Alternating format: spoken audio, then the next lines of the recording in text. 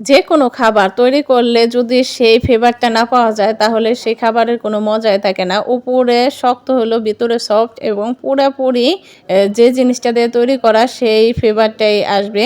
দেখেন আমি কিভাবে তৈরি করি। প্রথমে আমি নিয়েছি কিছু তালের রস, তার ভিতরে দিয়েছি চিনি। চিনিটা দিয়ে ভালো করে মিশিয়ে নিতে হবে। দেখেন আমি কিভাবে কাঁটা চামচের সাহায্যে সুন্দর করে মিশিয়ে নিয়েছি। কারণ মিশিয়ে না নিলে দানা, দানা ভাবটা থাকবে।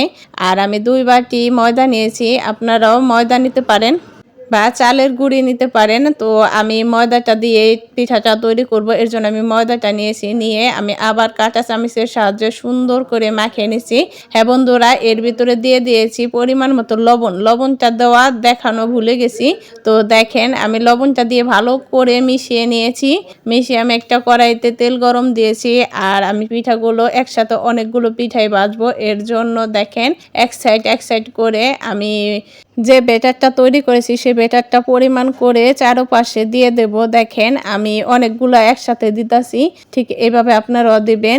তো আমি ৫ টা করে দিয়েছি। আর এই পিঠাগুলো ততক্ষণ পর্যন্ত মিডিয়াম আঁচে জাল দিতে হবে যে পর্যন্ত পিঠাটা ভিতরে হয়ে ফুলে ওঠে। দেখেন আমার ফুলে উঠেছে। আমি সুন্দর করে একটা করে পিঠাগুলো উল্টিয়ে দিচ্ছি। ঠিক এইভাবে উল্টিয়ে সুন্দর করে ভেজে নিতে হবে। দেখেন কি সুন্দর হয়েছে পিঠাগুলো। আর এই পিঠাটা আপনারা চাইলে আরেকটু বেশিও ভাজতে পারেন। বেশি ভাজলে কালারটা আরও গাঢ় আসবে। তো আমি এই পরিমাণেই ভাজবো, এর বেশি আমি আর ভাজবো না। এখন আমি এই পিঠাগুলো উঠিয়ে নেব। দেখেন কি সুন্দর হয়েছে পিঠাগুলো। আমি একটা চামচের সাহায্যে উঠিয়ে নিচ্ছি। আমি সবগুলো পিঠাই উঠিয়ে নেব। আর ঠিক এইভাবেই আমি সবগুলো পিঠা ভেজে নেব। দেখেন দেখতে কি সুন্দর লোভনীয় হয়েছে। খেতেও ভীষণ মজা হয় এই পিঠাটা। এটা তালের পিঠা।